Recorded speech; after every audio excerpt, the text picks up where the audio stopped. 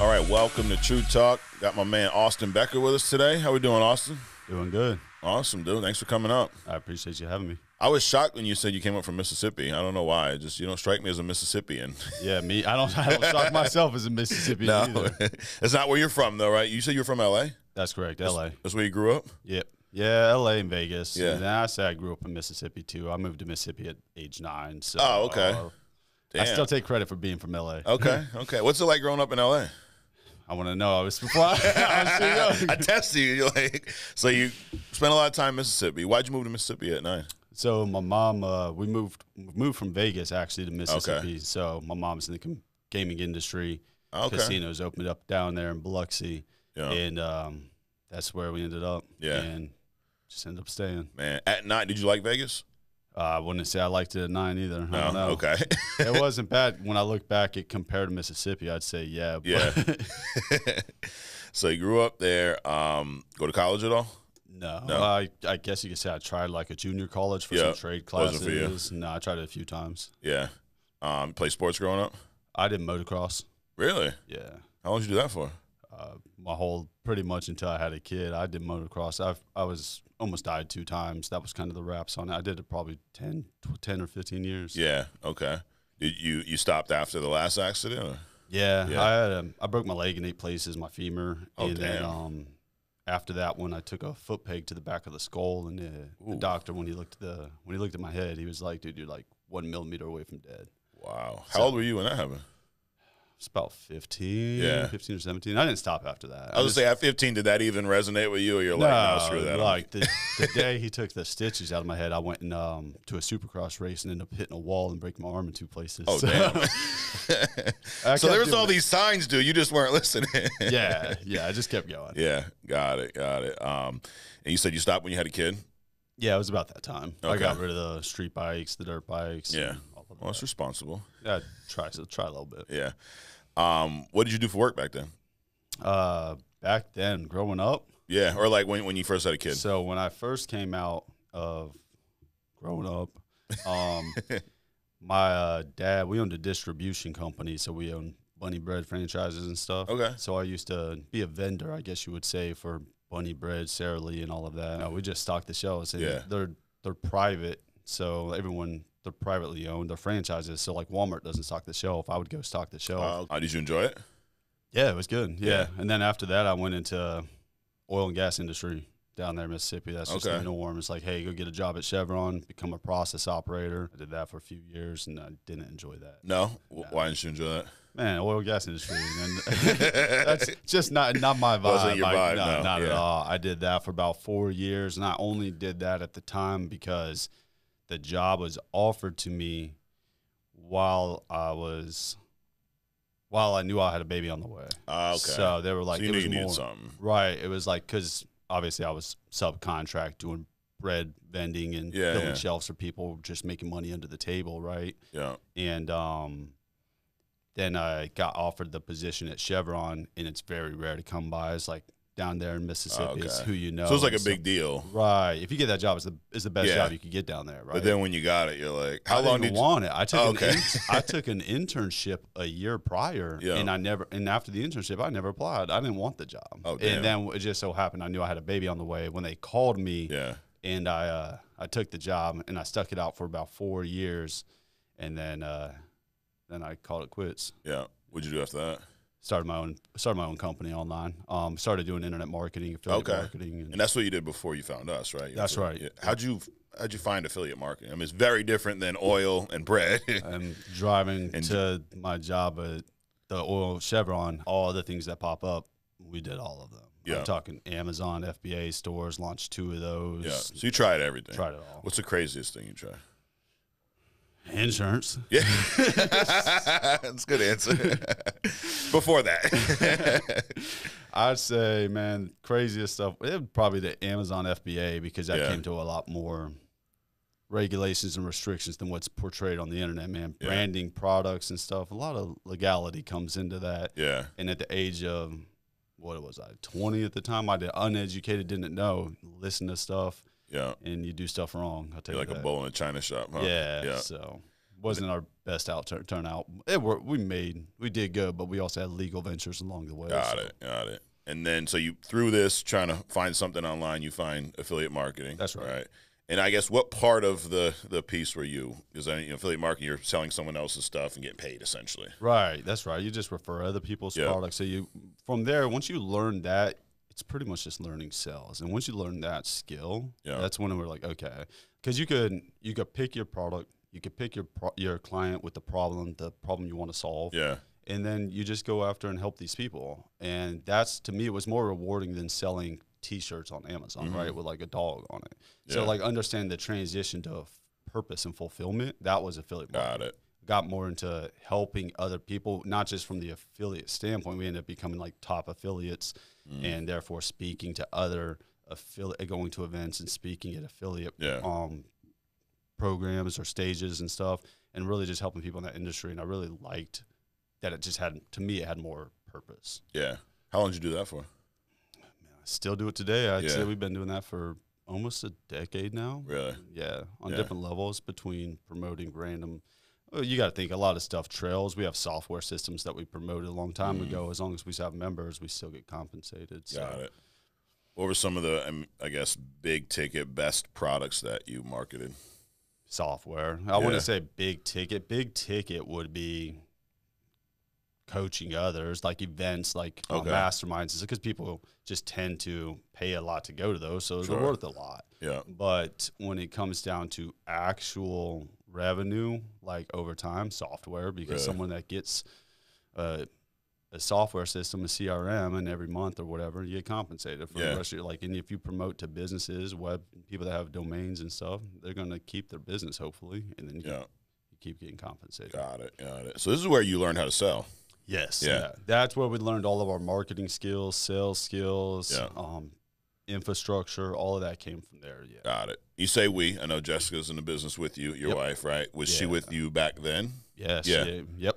Okay. Jessica Becker, my wife, she was with me through all of that. She's been to my events in like 2021, actually was, I think, right when we got married in 2021. Okay. We, like, 1 month after that, she was at one of her first events with me for speaking for affiliate marketing.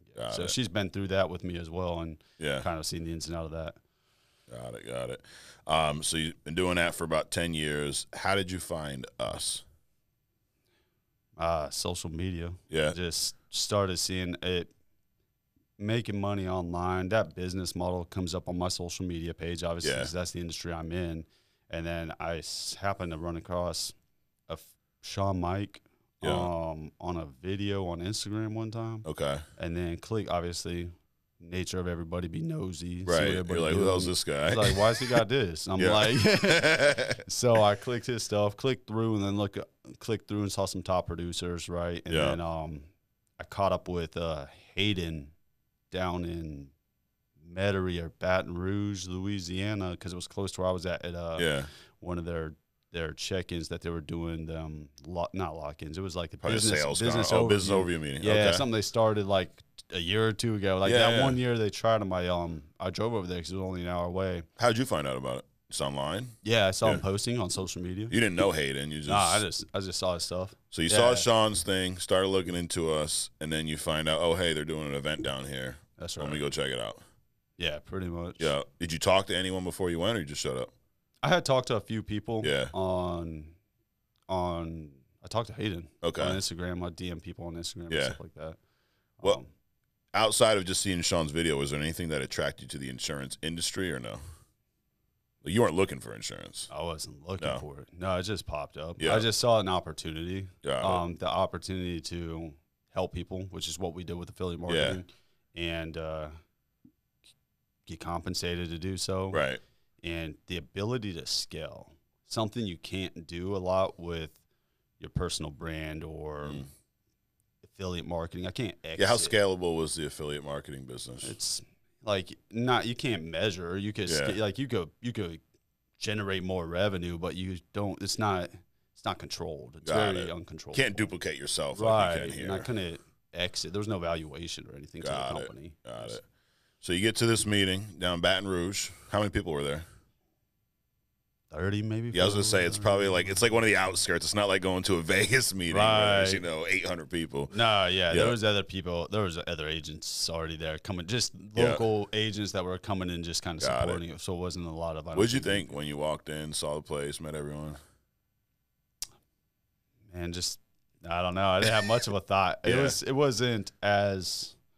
wasn't like an annual convention, so it wasn't as impressive as you thought it was. It was like a hotel. It's all right. Hey, you can say it, bro. Maybe it was a little let down. Yeah, it was just, man, it was business. It was a business meeting, man. How many of those are exciting? Exactly. Right? So it's not like I expected it to be exciting. I just wanted the opportunity to talk to Hayden. Yeah. Somebody who was like, that's all. You said Hayden was there. You met him, right? That's the first time you met him in person. And that first time I met him in person. Did you join right away? Like, what was your kind of thought leaving that meeting? Yeah, we had, I think. Right after that, Jessica got licensed, and I had just got licensed prior to that. Yeah. Oh, you were already licensed? Yeah. Yeah. Got it. So I had got licensed a few months prior to that. Yeah. Didn't really do much because I didn't really know what to do. Okay. And then that's when I was like, well, they look like they know what they're doing. So that's really what the catalyst was. Got it. And did Jessica go with you? No, she didn't. Not at that time. No. You just came home, told her about it. She got licensed. Right. She stayed home with the kids. Okay. And then. So who started selling first? I did. You did. How'd that go? Good. Really, right off the bat. Yeah. Yeah. Good. Right off the bat. Okay. And then. And I know you guys are kind of like, I'll say niche because we do a lot of IUL annuity now. But when you started, we were probably 50-50. Like I think everyone was screaming mortgage protection, final expense. When did you first find out about IULs and annuities? I've known about them prior to coming into this industry. Okay. Just from personal real estate and mentors. Yeah. And so a good mentor of mine locally, owns a very big insurance company organization. Okay. And does a lot of real estate with us. And when I had talked to him one time I was wholesaling some real estate to him, I was asking some questions about like where he generates his revenue, where he stores it, and he was like, "Dude, it's all insurance." And so that's what really made me look into it. Then understanding the IULs and the annuities that we were already used in like real estate transactions, like we had the experience of them and the understanding of cash value life insurance. Okay. So when we came in and started selling, that was just the niche we picked because every path. So you almost came in looking for that because of just previous knowledge that you've had. Right. Yeah. Yeah. Did you own an IUL on yourself back then? Not at the time. Not at the time. I'm sure you do now. Yeah. Matter of fact, before we were on air, you were doing some videos and you talked about that specifically, like owning the product. Right. And I think that goes with all of what we do. Like, back when I first started selling, IULs were not as big. Everything was cash back, return of premium. Right. And it was like the first policy I bought on myself was a term return. I had a mortgage. I'm like, you know what? I have to have this. If I'm going to sit down with you and try to sell you on having this policy and I don't believe it enough to own myself, how the hell am I going to do that? Facts. Which you understood from day one. That's right. Why is that so important to you? Man, because sales is the transfer of belief. And most people miss that. And that's why a lot of people struggle with sales. Yeah. Doesn't matter what they're selling. A lot of people don't believe in the product they're selling. If they believed in it enough, they would already own it. Right. Right. So that to me, I think is the key, because the more, if you have something, you can truthfully and honestly speak on it, whether or not you know what you're like. You may not be the most knowledgeable, but you have, once you can say with conviction, like your experience. Yeah. Whether it's a long term, people are like, well, I haven't had an IUL for 5 years, so I don't know what the outcome is. It doesn't matter. Right. So at least you believe in enough to have it. That's right. Yeah. You guys do a lot of annuities as well. That's correct. a big part of what you do. Now, another thing for me with this business, and let me know what your thoughts on this. I don't think you can make a good run at this, build a profitable business, and thrive in this business if you don't have a big enough why. That's right. You got to have something that's pushing you. What's a lot of money, and what are you going to do with it, and why do you want a lot of so yours is your family, right? That's right. And you guys both have children. That's correct. How many kids do you guys have? We have 2 and 1 on the way. Yeah, 1 on the way. Yep. Wow. When'd you do? September 16th. Oh, it's around the corner, bro. Yep. Right, that's my birthday present. My birthday's September 22nd. Yours is 22nd? Yeah. And then September 16th. Oh, man. Look at that, dude. That's awesome. Well, congratulations. I appreciate it. But that's what drives you, your family. That's correct. Yeah. And this business, there's ups and downs, right? I'm sure you've had great days, you've had bad days, but when it's not going well, is that what kind of keeps you going? Absolutely. Yeah. Yeah. How important is it for someone to have a why in this business? And without a why, why is the most important to everything you do. Yeah. Like if you just ask yourself why you're doing what you're doing, doesn't matter in regards to anything. Right. If you actually answer that question every day, you would look back at what you're doing. Yeah. Right. Doesn't matter if it's eating or working. Sure. It's so to me, it's the most important thing. And then obviously family is the most important thing. Yeah. And I think what you just said is key. It's not, I have this why, and then it's in my back pocket, and I never think about it again. Like, you got to revisit it, right? Sometimes it changes. Sometimes there's more depth to it. Sometimes it's not just, oh, my wife's my family. Yeah, but what about it? You want to take care of them in what way? That's right. What are some things you want to do? Like, that's right. How old are your kids? 14, 8. They play sports? Coming soon, yeah. Yeah. You guys are at all sporting events? All the sporting events. That's the thing. Yeah, like, man, we go to all sporting events. Very rarely will we miss one. Yeah. And if we miss one, it's only one of us, and it's probably because the other child's at a different sporting event.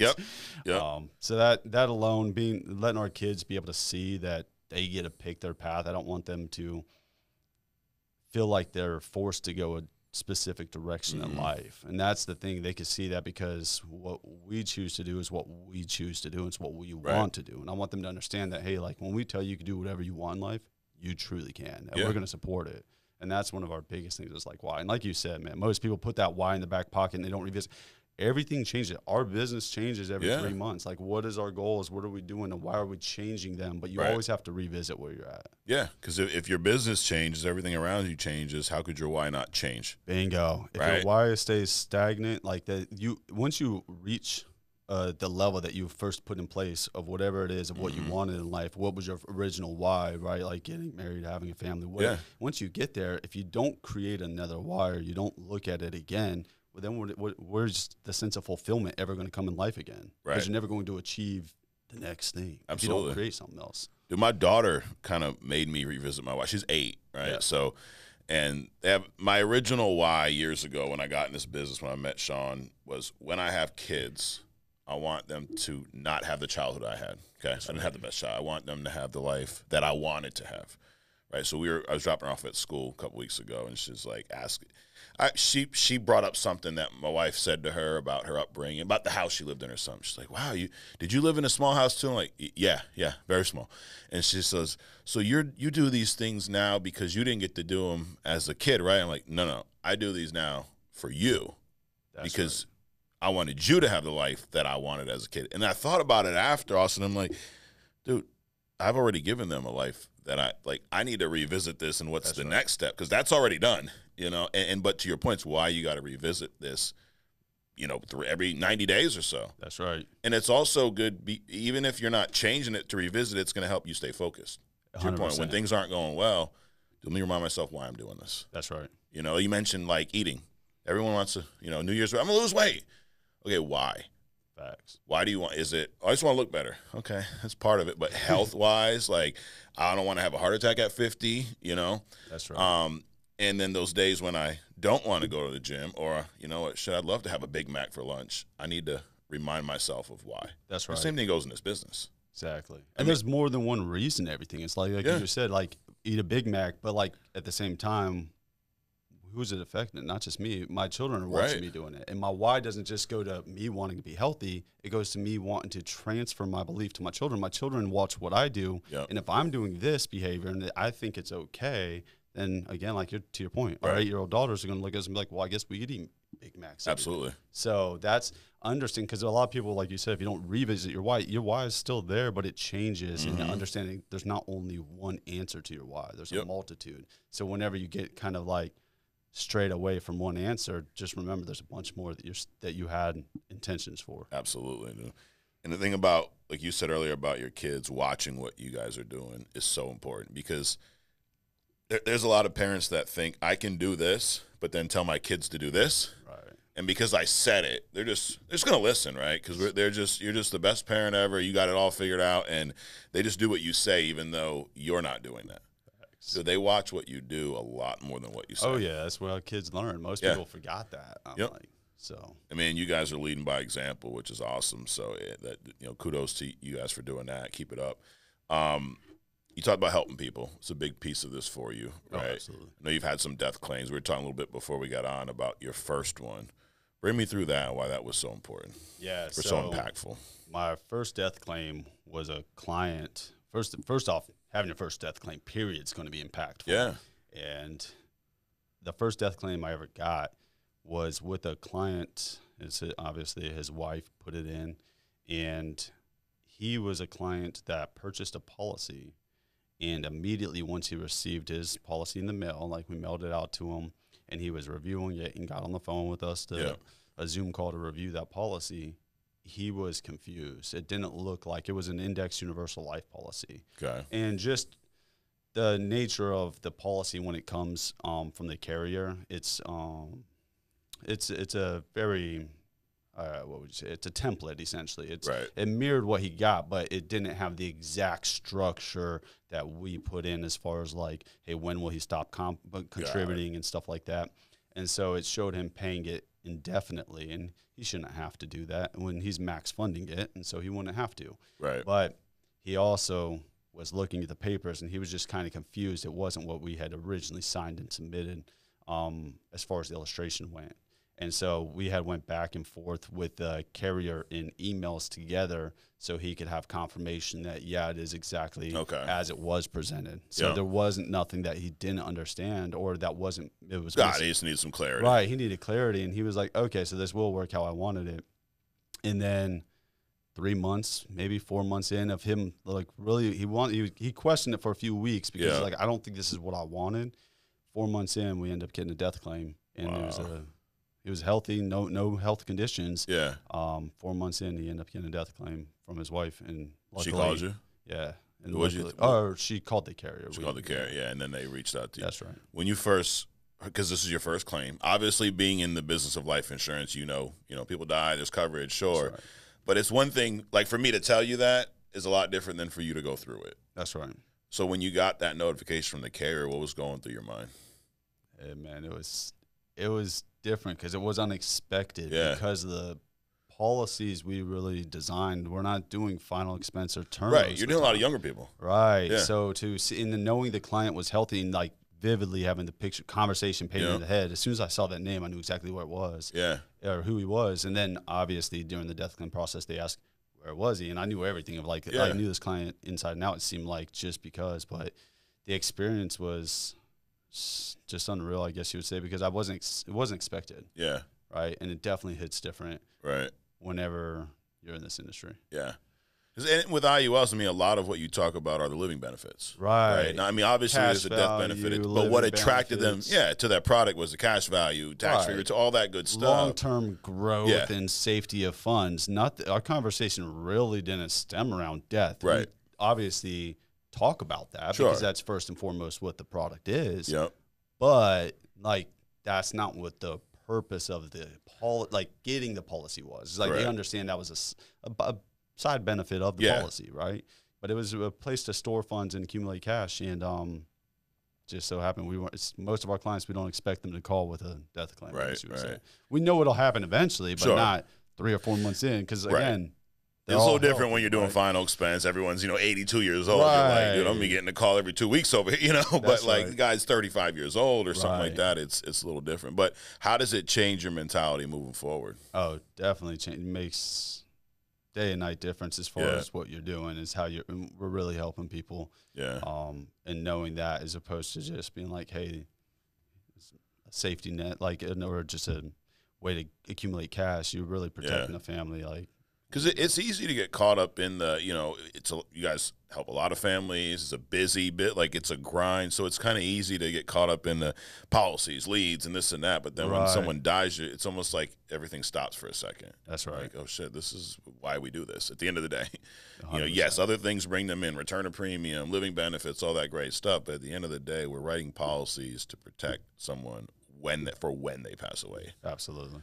But it's awesome that you were able to do that, take care of it. And also, I don't say fight for but there's buyer's remorse in all types of sales, especially in life insurance, right? 100%. And then a lot of times the conversation you had with the client, they kind of forget that, a month later, 2 months later. Yep. So a lot of agents would let a policy like that go. Like, I don't want to sit here and go back and forth with this guy. That's right. But thank God you did, not knowing that 3-4 months later this was going to happen. Yeah. Because imagine getting that call. Hey, so-and-so passed. How's that policy? And you're like, he canceled it 2 months ago. Yeah, we had I know we had leads that didn't purchase, and then during a follow-up attempt, or I don't recall if it was us following up or if it was them reaching back out. I think one of them specifically was a daughter reached out to see. She's like, hey, I had this phone number. Yeah, that was it. She had sent us a text and said, I had this phone number saved in this phone is for life insurance, and her dad had passed away, and he didn't pull the trigger on the policy like a week or two prior. Yeah. So we've had those ones as well. Yeah. It's like it was too late because we didn't push for the sale, right? Because we're also very lenient when we're on the phone, unfortunately. Yeah. We let people get off pretty easy. Yeah. Well, it kind of makes you think about that a little more. That's right. Yeah. You think about that too when you start getting those messages. So that's one thing we've personally had to work on as far as nurturing clients that didn't proceed. We stay in touch with the ones afterwards and we hold them accountable. Yeah. But the ones prior were like, man, you don't want it. But that's not the way to do it whenever you get. Right. And I mean, truth be told, you've been here, a little over a year? Yeah. So you're still very new. You guys have helped a ton of them, over 900 last year. Over 970 or something. Over 970 between the two of you. Over 1,000. Over 1,000 between the two. So a lot of families help, but still very new to this industry, this business. That's right. And dude, it's a learning experience day in and day out. You know? So you guys did that your first year. Imagine what you're going to do year 2, year 3. Oh yeah. Especially making those few tweaks. Oh yeah, we got some. You guys do a lot of your own lead generation stuff online, right? Oh yeah, we generate all of our own leads. Yeah. So. Now, would you say there's agents watching now I could never do that? Is it to me our business for me is not easy, but it's simple. Right. Would you say the same thing about the lead gen? Yeah, absolutely. Anyone watching this who's with us could figure out it takes work. Yeah, there's only so many ways to get leads, right? And you just have to put in the work. You got to pick what you want to do and do it. Yep. I mean, Juan Franco, big IUL guy. Yep. Dude, he creates a lot of his own leads. Oh, he don't even create his own content. I was checking some of your stuff out. A lot of it's you, which is great. Dude, Juan will take your shit, put it on his, and generate leads. You're like, I know. Yep. That's what's awesome about social media, though. At the end of the day, everybody resonates with the people they resonate with. Absolutely. So even if Juan uses my content and he remixes it and duets it, well, then it gives us both the opportunity. Absolutely. Some people get mad about that. I'm like, no. If the person's going to do business with Juan, awesome, because that's who they relate with. If they're going to do business with me, perfect. And Juan just helped me create another profile, essentially. Yeah, why not? And there's plenty of clients out there. Everybody needs it. Yeah. And there's no statistics, a lot of people don't have it. Yeah. Being in this business a year, what's the biggest thing you've learned in your first year selling life insurance? Biggest lesson. I say my biggest lesson, man, would be just sticking with the path, man. Belief, conviction. You have to be convicted in what you're doing, and then stay on the path, man. The path is the path. Right. Everyone's veering off of the path, trying to find this new best next thing. I'm like, there's always something else. Right. Doesn't make it better. Yep. And if you like what you're doing, stay on the path. Yeah. Just write it out. Do what you have to do. It doesn't matter. And every business is the same, man. A product, a client, and a sell. Right. It's the outcome that you get, the fulfillment that you get from what you're doing. So stop chasing certain things, is my opinion. Stay convicted in what you're doing and stay on the path. Yeah. Just kind of I love swimming. It was my thing as a kid, right? I'm not the fastest swimmer. I know Michael Phelps, but it's kind of like that. If I'm trying to swim from one end of the pool to the other, I don't need to pick my head up every 4 seconds to find out where I am. Right. Just keep my head down and keep going. And it's the same thing in this business. Keep your head down for 90 days. Yeah. And just keep doing the same thing. Do the same thing. It doesn't need to. It doesn't matter what industry you're in. Everybody does the same thing in their industry. Right. The same mundane thing. So you just got to keep doing it. Stop looking at everybody else. Yeah. Everyone's so worried, like you said, like, where am I at? Where am I at? Yeah. Where am I at? Keep doing that, dude. Everyone else swimming is going to pass your ass. Right. Just keep going. Just keep going. Grind it out we're not saying for 9 years, dude. Grind it out for 90 days, then revisit. That's right. Make a plan, do the plan, and review the plan. It's just plan, do, review. It's the 3 simple steps. Doesn't matter what it is, whether it's posting content, reaching out to clients. Make a plan, do the plan, review the plan. Because if you do something you didn't plan on doing, you can't review it. You can't scale it. Absolutely. You plan something and you don't do it. You can't blame the plan because you didn't do the plan. Exactly. And that's what most people do. They'll blame so many things that they didn't even do. Right. Like, I'm like, okay. Yeah. It's much easier to just go, it was me. Facts. That was my first lesson in this business was it's your fault. Accountability. That's it. That's it. Every time. Yep. Accountability. People, it's not the leads. It's what you did. If people actually sat down and measured their own personal data, what they do, it'll change their perspective. Yeah. And it's easier because if you're focused on what I did to you, you can't do anything about it. That's right. If you're focused on what you did, you can change it. That's it. People focus on, well, this lead, the guy was all, who cares? Who cares? Focus on how you react to it. Facts. But if you do the opposite and blame everyone else, then it makes you feel better. You're never going to get better. Every time. I only focus on what I can control every day. Yeah. I'm not worried about the uncontrollables. I only do what I can control. Right. If I'm going to post content, if I'm going to DM people, am I going to call the lead? Yeah. Right? Nothing else matters. And I think, same thing goes there. We're talking about consistency. Part of the reason why you guys have been so great at generating your own leads is you're consistent. Oh, absolutely. You said it to me earlier. I got to have 3 videos a day, every single day. But what happens is you get people that post 3 videos day one. They didn't do so well. I'm going to post 2 tomorrow, then 1. I'm going to take a couple of days off. It's like it goes back to that whole, like, the Mark Mead deal. You don't have much to talk about in this business until you ran 100 appointments. That's it. Do you want to run 100 appointments over the course of 90 days or 2-3 weeks? Same thing. Same exact thing. Right? Nobody's good at content at first. No. Most of the people, I don't believe. You post, you get better. You post, you get better. You always learn from your experiences. And that's what most people forget. And they're comparing data to that's subjective. They post 3 videos and they got 10 views. I'm like, well, and if you look at percentage, numbers is percentage, not numbers.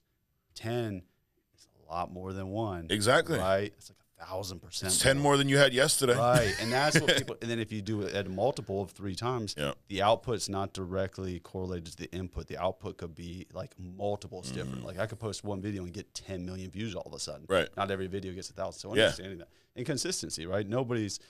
If you're consistent, then obviously on social media, when you look at it more from a technical standpoint, the algorithms favor consistency because they want you to be present on the platform. Dude, they want people on their app, and if you're posting videos, 2 a week, you ain't helping them. Right. You're posting videos every day. Now, day one, they're not going to catch on. No, but after a while, they realize, oh, shit, people are watching his content. He posts 3 videos every single day. Let's serve him up more. That's right. That's it. That's all it is. And then eventually one takes off. Yep. But it's the grind. It's you have to be willing to go through what some people perceive as failure. Yep. Some people perceive I put a video out and 4 people watch it, I failed. Yeah, I don't understand. But only 4 people saw the content, so it's not like who's to justify if it was good or bad. Exactly. Nobody saw it. Just keep going. We did it ourselves. That's a problem with ourselves looking at the data. If you stop looking at that and just follow the plan, create the plan, do the plan, doesn't matter. You can't review something like that's the problem. Did you do that early on? Overanalyze or the data? Yeah, prior to coming into this industry, just in general. So I remember I used to go live and nobody would be on the live. Yeah. And the trick to that was to go live and put a piece of tape over the number of people. Oh, so you weren't looking at it. So you're just going live. So you did that to kind of trick yourself. Yeah, because everyone's we fall victim to. We all want to see instant gratification. We want to see the results, and we even to this day, if I go live and there's 17 people on, I'm like, man, this isn't working. Right. But I understand it will work if I went live every day for 30 days because that's when it's going to get boosted, and I don't need 17 people to impact one person. Exactly. Like if one person viewed it and they need help. Yeah. Problem solved. I think, we all live in this like ADHD generation. Everything has to be quick. And the whole win the lottery mantra, right? Like you see so-and-so's video went viral and they blew up. Dude, that happens like 1 in a million. That's it. Most of these guys have been building their whatever platform for 10 years. Right. There's few, sure, you can get lucky. You post a video, you do an interview with someone, you do something, and it catches on. But that's not going to happen to everyone. Exactly. And the biggest key there was they posted.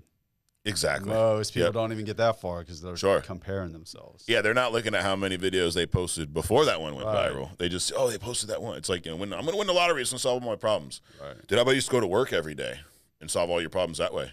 Yeah. Day in and day out. Just don't quit. That's it.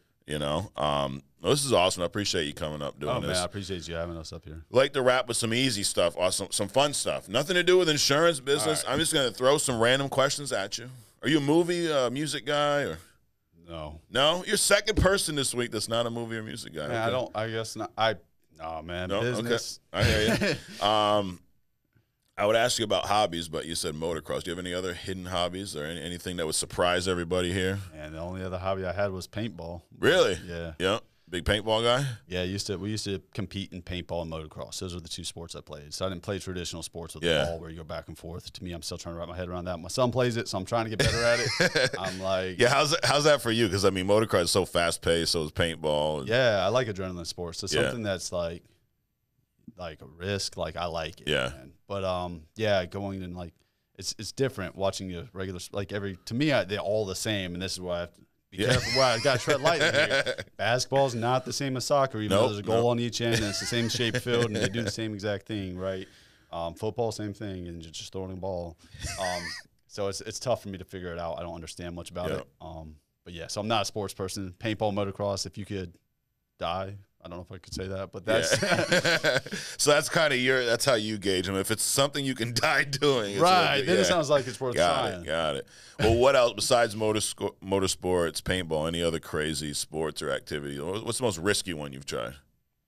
I'd say motocross, freestyle, tricks and stuff. Do you miss it? Yeah, absolutely. Yeah, I think about getting stuff all the time. I just try to tell myself. You try to talk your son into it. I tell my wife right now, Jessica, all the time that our baby. We're gonna have a baby girl, and I want her on a bike when she's like 2. Right. So because ours right now they're both too soft. They're safe. The words. Safe. Yeah. So it happens. But thanks again, dude, for coming up. Last question: if you're on death row, what's your last meal gonna be? That's tough. I don't know. It's the hardest question all day. Yeah. Last meal, bro. I guess. I don't, man. I'd probably just end up eating pizza or something. There you go. Yeah, you have to worry about the weight, right? You're going to go in a few minutes. Yeah, I don't know. I'm not much on the food person. Okay. So that's tough, too. Yeah, I don't. And food's tough. It'd probably be simple pizza. Man, pizza? I could eat steak and rice. Nothing special. Okay. Just whatever's on the menu that day. What about yours? Ooh, what would mine be? That's a good question. I like how you turned around. I'll probably go out with a big steak. Yeah, big steak. Problem is a lot of people don't know how to cook them. That's true too. That's where it becomes problematic. Now I'm like the pizza's not getting messed up. That steak is probably messed up. Yeah, no, you're right. It could be like a chili steak or something. Yeah, like 9 out of 10 times. Yeah, it's very disappointing. Dude, I'm just gonna go with a Big Mac and fries then. Screw it. See, that's why I ordered a sandwich today. Yeah, there you go. Well, thanks again, bro. Appreciate you. Appreciate everything you guys are doing. Kicking ass. Keep it up. Don't let up. Absolutely.